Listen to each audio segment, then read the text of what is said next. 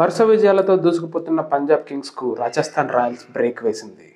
చండీగఢ్లో జరిగినటువంటి ఈ మ్యాచ్లో పంజాబ్ కెప్టెన్ శ్రేయస్ అయ్యర్ బౌలింగ్ని ఎంచుకున్నాడు. జట్టులో మార్పులేమీ లేకుండానే దిగింది పంజాబ్ కింగ్స్. తొలి 3 మ్యాచ్ల్లో కెప్టెన్సీని రేయాన్ పరాగ్ అప్పగించినటువంటి సంజు శాంసన్ పూర్తి ఫిట్నెస్ను సంతరించుకొని ఈ మ్యాచ్లో వికెట్ కీపర్ కమ్ కెప్టెన్గా బరిలోకి దిగాడు.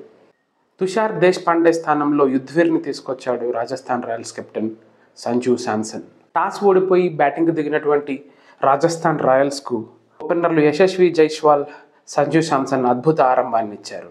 వీళ్ళిద్దరూ వికెట్ కోల్పోకుండా పవర్ ప్లేలో 53 పరుగులు సాధించారు. ఓవర్ 2వ బంతికి సంజు శాంసన్ లోకీ ఫర్గ్యూసన్ బౌలింగ్లో అవుట్ అయ్యాడు.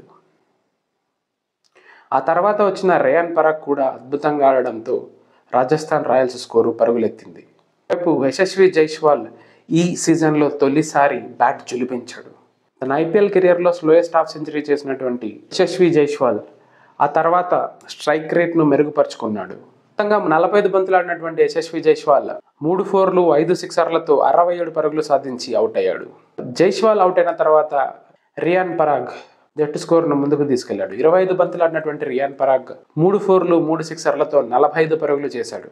నితీష్ రాణా 12 పరుగులకే వెనుదిరిగిన 12 బంతులు ఎదుర్కొన్నటువంటి హెట్మయర్ 20 పరుగులు సాధించడం, తర్వాత వచ్చిన ధ్రువ్ జురేల్ కేవలం 5 బంతుల్లోనే 13 పరుగులు సాధించడంతో రాజస్థాన్ రాయల్స్ స్కోరు 200 పరుగులు దాటింది.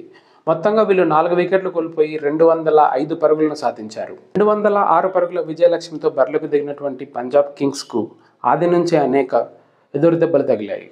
ఆర్య తొలి బంతికే జఫ్రా ఆర్చర్ బౌలింగ్లో క్లీన్ బౌల్డ్ అయ్యాడు. 5 బంతుల్లో 2 4లు కొట్టిన శ్రేయస్ అయ్యర్ 10 పరుగుల వద్ద ఉండగా జఫ్రా ఆర్చర్ అతన్ని కూడా బౌల్డ్ చేశాడు. తర్వాత వచ్చిన స్టాయినిస్ కూడా 1 పరుగుకే వెనుదిరగడంతో 23 పరుగులకే 3 వికెట్లు కోల్పోయింది పంజాబ్ కింగ్స్.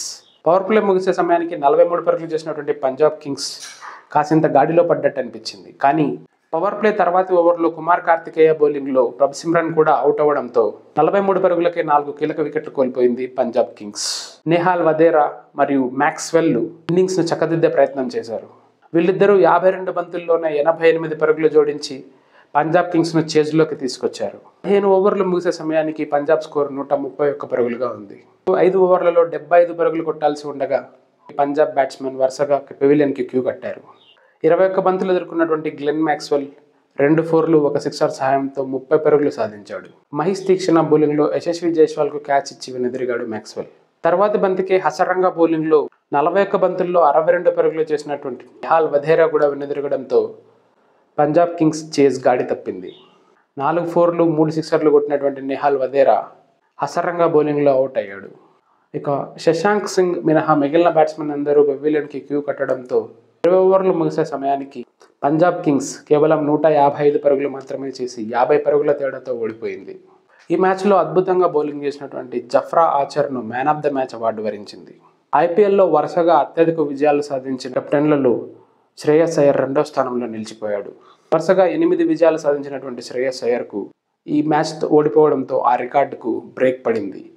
ఈ రికార్డు ఇప్పటికీ గౌతమ్ గంభీర్ పేరు మీద ఉంది. గౌతమ్ గంభీర్ వరుసగా ఐపీఎల్లో 10 మ్యాచ్లను గెలిపించాడు కెప్టెన్గా. రాజస్థాన్ రాయల్స్ కెప్టెన్ల విషయానికి వస్తే ఈ మ్యాచ్లో షేన్ వార్న్ను దాటి సంజు శాంసన్ రాజస్థాన్ రాయల్స్కు అత్యధిక విజయాలు అందించిన కెప్టెన్గా నిలిచాడు. 32 మ్యాచ్లు గెలిచినటువంటి సంజు శాంసన్ 31 మ్యాచ్లు గెలిచినటువంటి స్పిన్ దిగ్గజం షేన్ వార్న్ రికార్డును ఈ మ్యాచ్తో అధిగమించాడు. తర్వాతి మ్యాచ్ ఆదివారం సన్ రైజర్స్ హైదరాబాద్ మరియు గుజరాత్ టైటన్స్ మధ్య జరగనుంది. ఆ మ్యాచ్ విశేషాలతో మళ్ళీ కలుద్దాం. Take care.